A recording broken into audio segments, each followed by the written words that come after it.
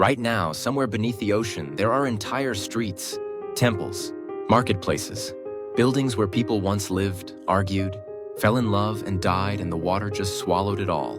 Not in a movie, not in a myth, in real documented history.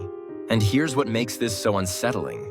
We've only explored about 20% of the ocean floor, which means the number of cities down there, we genuinely don't know. So let's talk about the ones we do know about, because some of these will completely change how you think about ancient civilization.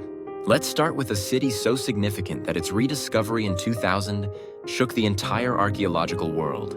Thonis Herakleion. Ever heard of it? Most people haven't, and that alone should bother you.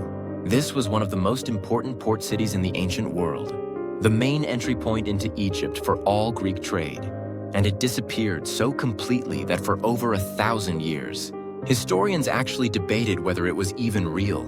Some thought it was just a legend.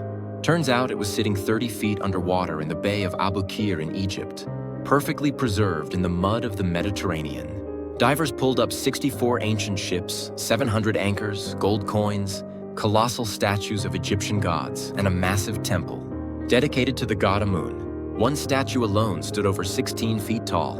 And here's the haunting part. Researchers believe the city sank rapidly, possibly due to soil liquefaction triggered by an earthquake or flood, meaning the people living there may have had almost no warning at all. One moment it was a thriving city, the next, gone. But Thonis Herakleion is just the opening act, because if you really want something that will mess with your understanding of history, you need to look at what's sitting 130 feet underwater off the coast of Dwarka, India. Dwarka is not just any city. In Hindu scripture, it's described as the legendary golden city of the god Krishna, a mythological tale that scholars largely dismissed. Then in 2001, marine archaeologists from India's National Institute of Ocean Technology began surveying the area and found something that stopped them cold. Geometric stone structures, grid-like formations, walls, foundations, all of it clearly human-made, all of it submerged, and carbon dated to somewhere between 7,500 and 9,000 years old. To put that in perspective, that's older than the pyramids by thousands of years, older than Stonehenge. It would make Dwarka one of the oldest urban settlements ever discovered on Earth, and yet it barely made the news.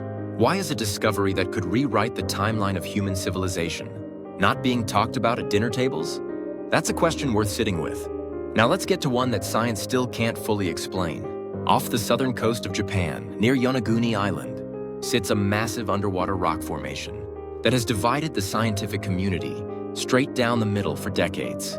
On one side, you have geologists who say these are natural formations limestone, shaped by currents and erosion over millions of years. On the other side, you have archaeologists pointing to perfectly flat terraces, right-angle cuts, what appear to be carved steps, and a structure that bears a striking resemblance to known ancient monuments from mainland Asia.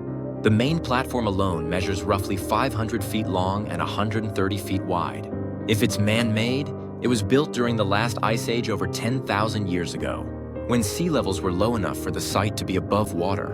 And here's what nobody can explain away. There are tool marks, actual tool marks on the rock. Either ancient humans were carving massive monuments, while mammoths still roamed the earth, or nature decided to build something that looks suspiciously like a temple. You decide which is harder to believe, but not every sunken city is wrapped in prehistoric mystery. Some are sunken because of very recent, very human decisions, and Port Royal, Jamaica is the most dramatic example of that. Port Royal was once called the wickedest city on earth. By the late 1600s, it was the largest English-speaking city in the Caribbean, a hub for pirates, merchants, and every kind of vice you can imagine. Henry Morgan, the most famous pirate of his era, used it as his personal base. The city was filthy rich and spectacularly corrupt. Then at 11:43 a.m. on June 7, 1692, a massive earthquake struck. Within 2 minutes, 2/3 of the city slid into the sea. 2,000 people died almost instantly. Another 3,000 died in the weeks following from disease. Eyewitness accounts describe people being swallowed by the earth as the ground turned to liquid, and some were found buried waist deep in the solidified sand when the shaking stopped. Today, divers can still swim through the ghostly remains of Port Royal streets and find intact taverns, warehouses, and even a pocket watch that stopped at exactly 11:43. The ocean literally froze the moment of destruction in time. And this leads to the uncomfortable truth underneath all of these stories. Civilization is far more fragile than we want to believe. Thonis Heracleion was the beating heart of Mediterranean trade, and it vanished in a geological instant. Port Royal was the most powerful city in the Caribbean, gone in 2 minutes.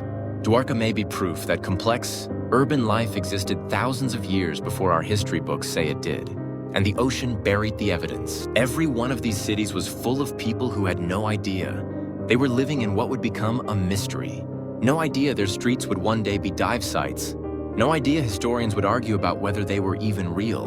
And right now, in the 80% of the ocean we have never explored, there are almost certainly more cities sitting down there waiting. Some from civilizations we haven't named yet. What do you think is down there? Drop it in the comments. Genuinely want to know what you think got swallowed. And if this kind of stuff hits different for you, the way it does for me, subscribe to Yesterday's Secret.